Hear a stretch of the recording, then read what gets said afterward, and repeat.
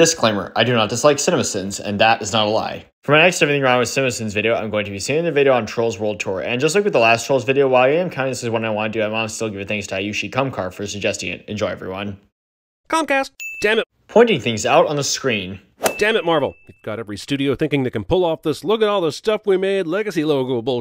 Calm down, DreamWorks. You've already got 3 Boss Baby scenes in this uninspired collage for Shrek's sake. Well, this was made because back when this film came out, it was the 25th anniversary of DreamWorks. Also, from this shot, you can also see multiple pictures from the same movies, and as an example, there are 4 from Penguins of Madagascar. Also, a total of 45 seconds of logos, most of which are solely an excuse for the DreamWorks overlords to blow each other. Now that they've all finished and cleaned up, we can finally start the show. Yeah, since this is something that movies do all the time, so it doesn't really matter how long the lengths of a film's logos are. Once upon a time, there were 2 trolls. Once upon a time narration cliche. And after consulting the official Book of Sins, I believe that adds up to be roughly, carry the 5, solve for p, cross, multiply, reduce the fraction, divide by pi, 2 sins. Well, the narration is needed here so that the audience can know about this world having other trolls, thus setting up the scene with the techno trolls. Damn it, I was not alerted to take a massive amount of drugs before the beginning of this movie, and I'm very angry that I now have to pause it for approximately 37 minutes. CinemaSins himself, cliche.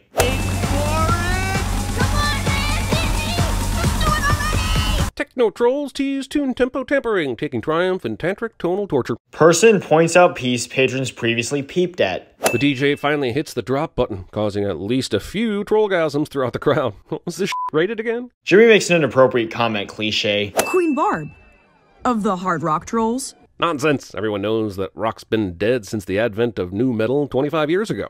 Well, even though rock music isn't entirely dead, I don't think that point really matters for 2 reasons. First being that this is not our reality. The second is that because one of the 6 troll tribes in this movie is rock music has to be included here. Just a reminder, this entire musical battle with crystal clear stereo fidelity is happening underwater. Yeah, but the rock trolls can still breathe, and the techno trolls are later shown to be able to breathe out of water. So we're now headlong into Anna Kendrick doing her best Cyndi Lauper imitation for Trolls Just Want to Have Fun. Little known fact, this opening number barely beat California Trolls, Motley Crue's Trolls, Trolls, Trolls, and Queen's Fat Bottom Trolls for the slot. Okay, but what's the sin? You just told us a fact and didn't explain what makes that wrong. You know how Hamilton starts off with a musical number about the protagonist and gives you pretty much all the background you need to start in on an engaging story? Yeah, the first 5 minutes of this movie is the polar opposite of that. But we already met these trolls in the first film, and it's already set up the conflict with Barb stealing the music strings, so... Dude, even Justin Timberlake's avatar here looks like he's bored with just going through the motions in the sequel for another paycheck. Pep it up, JT. I disagree, because Branch learned how to be happy in the first film, and he even started singing his verse of this song in a happy way. And because someone said the phrase, good times, we're straight into a Good Times music video. Yeah, so? I can't play any of the music here since the actual trolls from the record companies would come after me, but this number from the Pop Trolls has so many song mashups that it's even more grating than the opening of Moulin Rouge. Well, that's just how you feel about it, so I'll be giving this my award. That was some fancy footwork, Cooper. Some people just got it. You know, these assholes go out of their way to switch person, people, girl, boy, and so on for the blanket name troll for their species. So when they do refer to themselves as people, what are we supposed to think? Do they do other human things like poop, or go through puberty, or become tax attorneys? Well, the part about tax attorneys doesn't matter, but Cooper does poop out foods, and trolls do go through puberty since Branch had a different voice as a kid.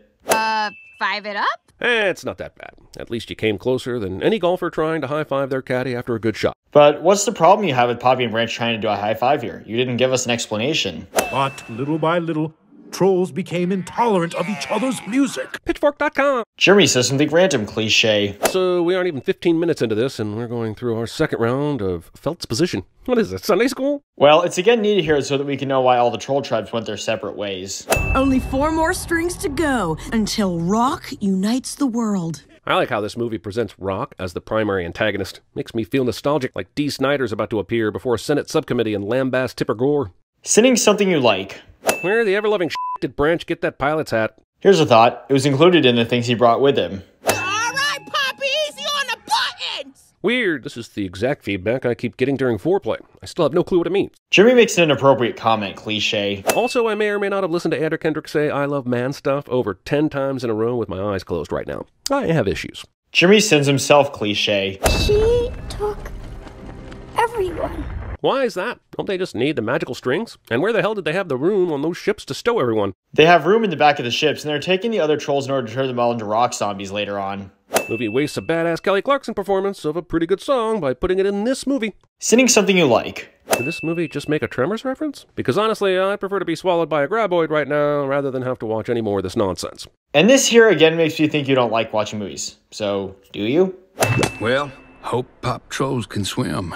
Hickory apparently went to the wild Ethelbert Coyote School of Delayed Gravitying things. You mean in a world where trolls can talk, sing, and dance? Welcome. Weirdly enough, this one sequence of the movie was animated by Terry Gilliam. Wait, so what's the sin? You just told us a fact here.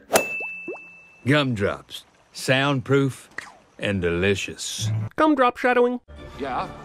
So? I want you to meet the king and queen of funk. Why do some territories have a king but others don't? Is there a king of pop? Why is no one mentioning the king of pop? Well, if you remember from the first movie, Peppy was the king of the pop trolls before he abdicated and passed his crown to Poppy at the end. Oh yeah, I've heard this story before. Right there with you, Poppy. Right there with you. Except this story is different because Poppy and the others are told her that the pop trolls had attempted to unite all the trolls under pop music. Dude, is it just me, or has this expositional funk song been going on for like 48% of the entire movie? No, this song only lasts 2 minutes of the movie. Denying our differences is denying the truth of who we are. How did they get George Clinton to voice this shit?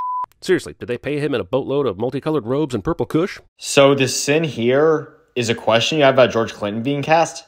Yeah, that's not a sin. Good thing the ship had enough residual power to finish the evacuation bubbles, with lights and everything. Yeah, so?